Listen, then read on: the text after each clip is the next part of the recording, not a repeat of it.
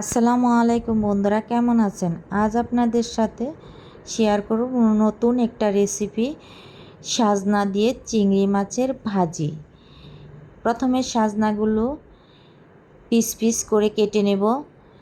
এক একটা সাজনা 3 পিস 2 পিস এরকম করে কেটে নেব, কারণ সাজনাগুলো অনেক লম্বা। আমি কড়াইতে সিদ্ধ করে নেব, সেই ক্ষেত্রে সাজনাগুলো কেটে নিতে হবে। আমি এভাবে আস্তে আস্তে সবগুলো সাজনায় মানে যতটুকু লাগবে আমার রান্না করতে ততগুলোই আমি পিস পিস করে কেটে নিয়েছি। ঠিক এরকম করে আমি সবগুলো সাজনা কেটে নিয়েছি। এইদিকে আমি চুলার উপর গরম পানি বসিয়ে দিয়েছি। পানি বলক উঠে আসছে, এখন সেখানে সাজনাগুলো দিয়ে দেব আর হালকা গরম করে নেব। সিদ্ধ হওয়া পর্যন্ত অপেক্ষা করব। ঢাকনা দিয়ে ঢেকে দিলাম, তাতে তাড়াতাড়ি সিদ্ধ হয়ে আসে।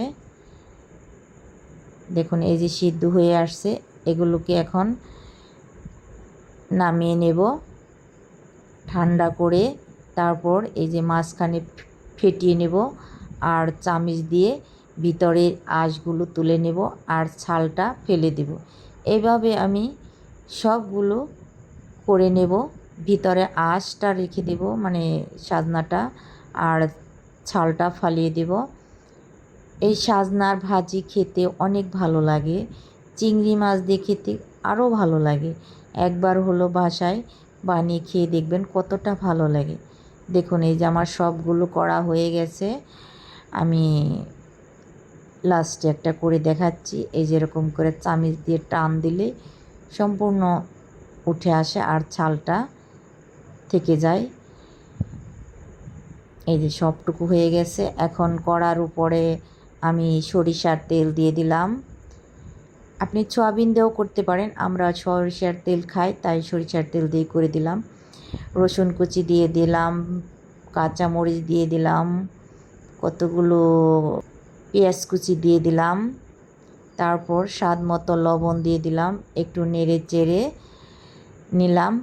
এখন দিয়ে দিব আবার হলুদের গুঁড়া, সজের গুঁড়া, মরিচের গুঁড়া। এভাবে সবগুলো মশলায় দিয়ে দিব। হালকা জিরার গুঁড়া দিয়ে দিলাম। এভাবে নেড়ে চেড়ে একটু কষিয়ে নিলাম। তারপর আবার দিয়ে দিব সেই চিংড়ি মাছগুলো। চিংড়ি মাছ দিয়ে আবারও নেড়ে চেড়ে কষিয়ে নেব। এটা কিন্তু ভালো করে কষিয়ে নিলে ভালো লাগে। মশলাটা যতটা কষানো হয় ততটাই ভালো লাগে। সামান্য একটু পানি দিয়ে আবারও নেড়ে চেড়ে কষিয়ে নেব। এই সাজনার ভাজি খেতে অনেক ভালো লাগে। কষিয়ে নেওয়া হয়ে গেছে। এখন আমি সেই তুলে রাখা সাজনাগুলো দিয়ে দেব এবং ভালো করে নেড়ে চেড়ে মিশিয়ে নেব।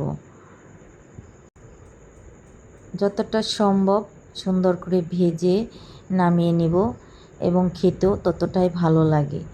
চুলার তাপমাত্রা মিডিয়াম রেখেছি। ভাজি করার সময় চুলার তাপমাত্রা মিডিয়াম রাখতে হবে। দেখুন এই যে কতটা সুন্দর ভাজি হয়ে গেছে। এভাবে একবার খেয়ে দেখুন, ভালো লাগলে কমেন্ট করে জানাবেন। সাজনা দিয়ে চিংড়ি মাছের ভাজি খেতে অনেক ভালো লাগে।